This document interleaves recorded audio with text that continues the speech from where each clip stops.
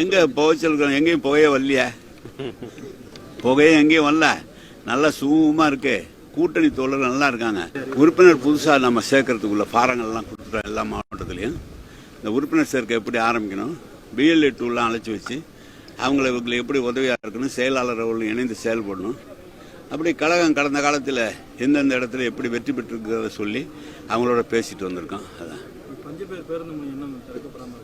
Annual maintenance contract இப்போ முடிஞ்சிருக்குன்னு நினைக்கிறேன். தெரியல. இனிமேல் டெண்டர் விட்டு கடை ஓப்பன் பண்ணால் உடனே 15ஆம் தேதிக்குள்ளே ஓப்பன் பண்ணிட்டோம். அதிமுக தரப்புல தொடர்ந்து இந்த RSS கூட்டத்தில் பங்கேற்கிறாங்க. அதே போன்ற அந்த முருக பக்தர் மாநாட்டில் அண்ணா படங்கள் போன்றதெல்லாம் எதிர்ப்பு தெரிவிக்காம அடுத்த நாள் தான் அதை பேசுறாங்க. இப்போ நீங்க கூட அந்த கூட்டத்தில் பேசுறீங்க.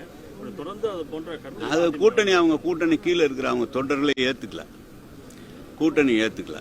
நான் எங்கள் கூட்டணி வலுவான கூட்டணி. அதுதான் நான் தொண்டர்கிட்ட சொன்னேன். இப்போ அவங்க விமர்சனம் பண்ணுறாங்க.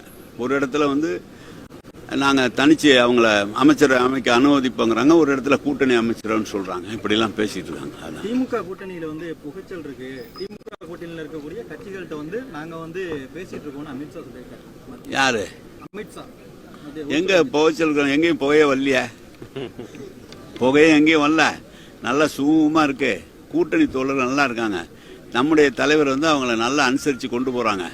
எல்லா இருந்தாலும் தலைவர் பார்த்துக்குவாங்க. அவங்க ரொம்ப ஆசைப்படுறாங்க ஏதாவது வருமானு. ஆனால் அவங்களுக்குள்ளதான் அவங்களோட இருந்தவங்க தான் ஒருத்தரோட ஒருத்தர் சத்தம் போட்டுக்கிறாங்களே தவிர எங்களுதுல ஒன்றும் பிரச்சனை இல்லை. அது அவங்களுடைய அபிப்பிராயம். அவங்க கேட்குறாங்க. அது தலைவர் பார்த்து முடிவு எடுக்க வேண்டியது. நாங்கள் தலைவர் என்ன வேலை சொல்கிறாரோ அந்த வேலையை செய்கிறோம். ஒவ்வொருத்தரும் கேட்கறதுக்கு அவங்க கேட்பாங்க. கொடுக்கறதுக்கு வாய்ப்பு இருந்தால் தலைவர் தான் பார்க்கணும். அதை முருகபக்தர் மாநாட்டில் அந்த துணை முதல்வர் பவன் கல்யாணம் சொல்லியிருக்காப்புல, முருகனை கொண்டுனா இந்த முஸ்லீம் கிறிஸ்டின்லாம் ஒன்றும் சும்மா விட மாட்டான் அப்படின்னு சொல்லியிருக்காரு. அவர் அங்கேயே பார்க்க சொல்லு.